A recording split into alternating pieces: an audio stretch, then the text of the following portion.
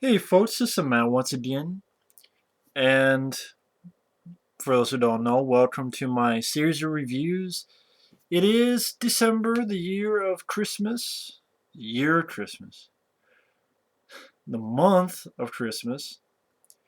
So what better way to bring the new cheer than the Texas Chainsaw Massacre? Only because I said, you know what? This is a series I've been meaning to review, that I've been wanting to review. In October, I got to do Friday the 13th, Halloween, Hellraiser. I really wanted to do. Most people would do like Christmas themed movies or Christmas themed horror movies. I'll do something different. Talk about the Texas Chainsaw Massacre. Especially coming soon to a theater near you will be Chainsaw Massacre 3D, which maybe I'll talk about in a video. But I'll do more in-depth reviews of these. But for those wondering, I have these are all the films I have. It's not all of them, but I have. This is the remake that I'm going to give another shot at. Doesn't have the cover because buying it this way was actually cheaper, so that's alright. Part 3. It's an okay film. It's okay, but, I'll get into it. Second film, which I love. Love the second film. This was actually the very first one I saw when I was a kid, way too young to see this. Probably the first actual gore film that I saw, and really enjoy it. I'm sure when I get to this, I'll be babbling and not know what to talk about because I'm a big fan of this film. Great black comedy because this film was made purposely as a black comedy. Now I don't have part 4 because it's a shitty film. I don't have the prequel because that's a shitty film. And just for you people know, first film. This is the 2 disc. This gets a 7.5 on IMDb. The remake gets a 6.1. So it has actually gotten high marks, 6.1. Let's see. The beginning, which was that prequel, gets 5.8. I don't know how the hell that works, but whatever. Let's see. What about the shitty one, part 4? Well, I think the prequel's shitty. The Next Generation, that gets a 2.8. Deserves to be that low. Let's see. This one gets a 4.8. Yeah, it's pretty low. What is this one get? This one. This gets a 5.2? And by the way, I always enjoyed this. Texas Chainsaw Massacre 2. I don't know if you'll see it. This whole deal where it's the. Let me make sure you're getting. Yeah, you are getting it. This whole deal where it's their ode to the Breakfast Club. I love that. I mean, this is on purpose is meant to look like the Breakfast Club. You know, if you see the cover to the Breakfast Club, that's a lot of fun. I just enjoy it. I know I'm talking about the first film, but this will be a long, maybe a long review, maybe not, because one more can I say about the first Texas Chainsaw Massacre, directed by Tobe Hooper. It's a film that really brought him into the stratosphere and pretty much went nowhere after that. Well, Poltergeist. Okay, I wanted to show this real quick. Make sure this is in frames. Okay. Okay. You see the Breakfast Club laying down with the arm there. And then you look at this one with the arm there. Yeah, I'm a fan. 5.2 is bullshit. The prequel with the bullshit ending with fucking I'll get to with the 6-foot guy, 300-pound motherfucker with an 8-foot chainsaw hiding in the back seat. Bullshit ending. That gets a 5.8, but this one gets a 5.2. Kiss my ass. But anyway, but the original. Get into the original now. This does get a 7.5, which is weird. I thought it would be higher than 7.5. on IMDb, to be honest. But again, this is the 2 disc. The Dark Sky Films. Really nice set, beautiful set. Both CDs. A lot of care. I mean, even the CDs themselves have artwork. Really beautiful. A lot of care. I like even the color of the tin. I like that. Shitload of features. I mean, yeah, a commentary, which I have not listened to the commentary. So if anyone who's listened to both these commentaries, let me know. One is with Marilyn Burns, Paul Partain. This is before his death. Alan Danziger and art director Robert Burns. The other is with Tobe Hooper, cinematographer Daniel Pearl, and actor Gunnar Hansen. And you also have 2 documentaries. You got The Shocking Truth, and then you got Flesh Wounds, and both of them like over an hour long. You also got a tour of the original house with Gunnar Hansen, deleted scenes, outtakes, blooper reel, a lot of features. Now, like I said, this was the very first one I saw. This one I saw, I was in, I believe, middle school or high school. Was it high school? Might have been high school. Ah, shit, I can't remember. I have a bad memory. I know I was still on the farm in Iowa. Unlike today, I'm not on the farm. Back on the farm, middle of nowhere. It was about 7, 8 o'clock at night. Showed on cable. I think Encore or one of those cables. And they're going to show part 1 and part 3. I didn't have time to see part 3 because I have to go to bed for school. But I saw part 1. Heard a lot about this film. This is one of the few films that honestly did scare me. Freaked me out, creeped me out. And that's why, this film is a classic. I understand why it's a classic. The whole documentary feel, I mean, yeah, a bunch of kids, you might as well call them hippies. They're going in their van. They picked up this hitchhiker guy. And he goes crazy. He's like cutting himself and tries to kill the Paul Partain, the guy in the wheelchair, Franklin. Um, then as the movie goes on, yeah, I mean, it's kind of hard to explain this film because everybody has seen this film. You know what happens. You have the scene where you see, woman walking up to the house.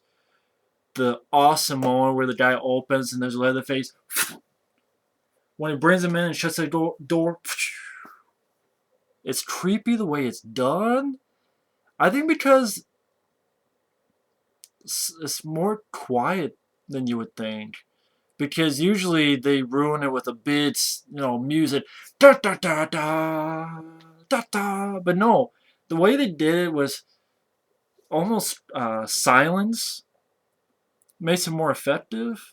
The documentary style feel, and then when he closes that door, it's almost like boom, hell just came and went. And when he closes that steel door, you have that weird sound effect. Like, oh shit, hell, we just saw the devil. That sort of thing. Gunnar Hansen did a great job playing Leatherface. Everybody did their jobs well. They all seem natural. The house they used, the furniture of the house with skeletons, like bones everywhere. Just shots of flies and bugs, and even the opening where you see that picture noise. And they got that grave site, and the fucking like scarecrow from hell looks like something. Just a very creepy vibe throughout the whole film, and it's just unrelenting terror. But yeah, it's a film that doesn't show gore, that does it the right way, doesn't have to succumb to raping babies or, doesn't it, no gore, really no gore. And right off the bat, there's a lot of stories behind this film. If you watch the documentaries, you find a lot of stories. Of course, the opening narration by John Larroquette, who also did the narration for the remake. I think the prequel, the Texas Chainsaw. Um, apparently John Larroquette got paid to do that with a marijuana joint. I'm like, no wonder people say Tobe Hooper is a druggie. He paid John Larroquette with a weed, with a joint. Hey, you do this, you get a joint. Hey, you see John Larroquette, you know, dude, did you get paid with the original with a joint? I thought that was pretty funny. I also think it's pretty funny Tobe Hooper actually wanted this film to be a PG film, but the ratings board would not let him do it. That's why I guess you don't see a lot of blood and stuff, because I want to get a PG. With a rating like with a movie like that, you're not going to get a PG. I'm sorry. I know there are other titles for this film like Head Cheese and stuff like that.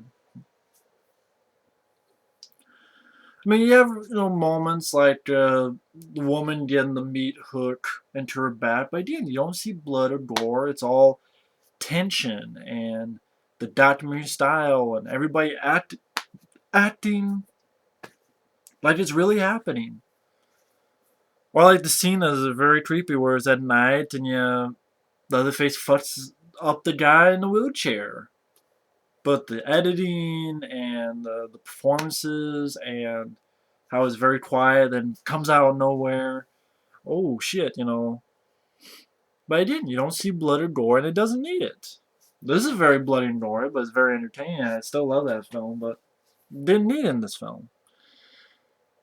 And the film just really, it's a scary flick. Really solid job. And whether it be what was the other thing?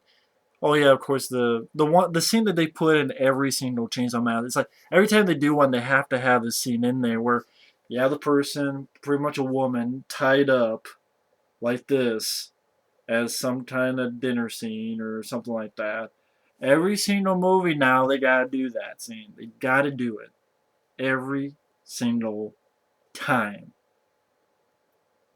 They have someone tied up like this. Every single movie. How about this? Let's not do a Chainsaw Massacre where we have to have a fucking woman tied up like this. Can we not do that for the 3D movie? Can you not do that, please? But that scene there. But it works effective here. It worked in part 2. Stop doing it all the time, though. But anyway, I know that scene. Apparently, that scene took like 36 hours straight to shoot. I know the guy who plays the hitchhiker, Edwin Neal, who would all go on to star in Future Kill, along with the Marilyn Burns. Um, he said something to the effect that it was the worst experience of his life. And this is a guy who's been in Vietnam. This guy's been in Vietnam, and that was the worst experience of his life. He said also to the fact that if he saw Tobe Hooper again, he'd kill him. A lot of backstory behind this movie. Also, I know that the people who funded this movie. What was it? The original distributor was Bryanston Distribution Company, which was in fact a mafia front operated by Louis Butchie Pirano, who used the movie to launder profits he made from Deep Throat. In return, the production received only enough money to reimburse investors and pay the cast and crew $405 apiece. The producers eventually discovered that Pirano had lied to them about the film's profits. After Pirano was arrested on obscenity charges when his role in Deep Throat was revealed, the cast and crew filed a suit against him and were awarded $25,000 each. New Line Cinema, which obtained the rights to Chainsaw from the bankrupt Bryanston, paid the cast and crew as part of the purchase agreement. God, funded by fucking the mafia. Is it the bootleg mafia? Yeah. My friend Effrey, he knows the mafia, especially the bootleg mafia. He's in New York, so he knows the mafia. He knows the fucking Americans. And of course, I mean, some people thought this was based on a real, that this actually happened, but no, that's not the case. This never really happened. The idea was kind of influenced by Ed Gein. Ed Gein, of course, the killer in Wisconsin, the serial killer who would take skin and wear it in the moonlight, and had like a belt made of nipples, and I think he had like pussy lips sewed onto something. He had like a woman head cut off in the barn upside down, eviscerated like a deer. Really fucked up shit. But this film just is a classic. I mean, of course, you have the ending where she escapes and Leatherface is chasing after her. I always, I want to get the guy. I wonder if they have the name of this guy. I always love this guy, the truck driver guy. The truck driver guy. He's like the hero of the movie. And like, I'm not sure if anyone even talks about him, but he's like the hero of the film. Cause like he stops and helps her because it's like he sees her and then he stops his truck and then he's running. He actually throws something at Leatherface who gets knocked down and saws his leg. I'm like, damn, this guy's like the hero of the movie. He's like this big black guy, and I didn't. I'm not sure who the hell he is. I'm not sure if he's the cattle truck driver. I think he is. Yeah, I think he is. Ed Gein. The only thing he's done was a composer Mongrel for the movie Mongrel. But yeah, that scene was like classic. Ed Gein. He's like the hero of the movie. He's like this big, like black guy, and he's like, just comes out and throws the wrench or whatever, or whatever the hell it was at Leatherface's head, and he disappears. Like I don't know where the hell he went. He's running, and I don't know where the hell he ran to. Because then Leatherface is still chasing Sally, and then she gets in the pickup truck, and she's like, ha ha, crazy. And Leatherface does his dance, and then the movie's over. But yeah, this film, I have no problems with this film. The acting is fine. What's great about this film is almost unrelenting tension and terror, documentary style feel to it. It feels dirty. It feels. Someone once said it almost feels like you're in the hands of a dangerous director. I can see that. Just a lot of memorable sequences, and it shows that you don't need. I like blood and gore, makeup effects in a lot of movies. This shows that you don't need it because you got the tension, you got the momentum. I like that there wasn't really a score, it was more like sound effects, which really helps a lot with me in the film, especially like this. Sometimes the score can be helpful, sometimes the score can get in the way. Like, it tells you when the scares happen and kind of ruins the film for you, or it's out of place. Here, the film didn't need a score. It was really great, weird, creepy sound effect type of thing to it. I mean, it just has everything going for it. From the opening, weird picture sound, which they use a lot nowadays, to the classic, Leatherface dance. This is a solid film. I don't know what more I can say. That's why it's hard to talk about these kind of films when everybody's seen them. And what more can be said that hasn't been said? It's a classic film. Definitely picked up this 2-disc Ultimate Edition DVD by Dark Sky Films. A lot of great documentaries, commentaries. Again, let me know in the commentaries which one is worth it, or if both of them are bullshit. I don't know. But either way, thanks for watching. take care, and stay tuned for another film that I really love. It deserves more than 5.2. It doesn't deserve less than the fucking prequel. With the anyway, Texas Chainsaw Massacre 2. A big fan of this film as well. Two very solid films in the franchise. That's why, before I leave, Chainsaw Massacre is not really my favorite horror film franchise. Because at the end of the day, these are, I think the two best ones. This one, I'm going to give another shot. Maybe I'll like it. Maybe. I mean, I think I liked it okay. But, I don't know, Friday 13, Nightmare on Elm Street, they just, even Halloween, 1, 2, 3, 4, H2O, like, boom, really liked it. But anyway, thanks for watching, take care, stay tuned for Chainsaw Massacre 2, and definitely check out this DVD if you haven't of Chainsaw Massacre 1. But yeah, there's a lot of stories, I'm sure I missed stuff, but look for it and find it for yourself. It's a lot more fun that way. So take care and see you later. Ciao.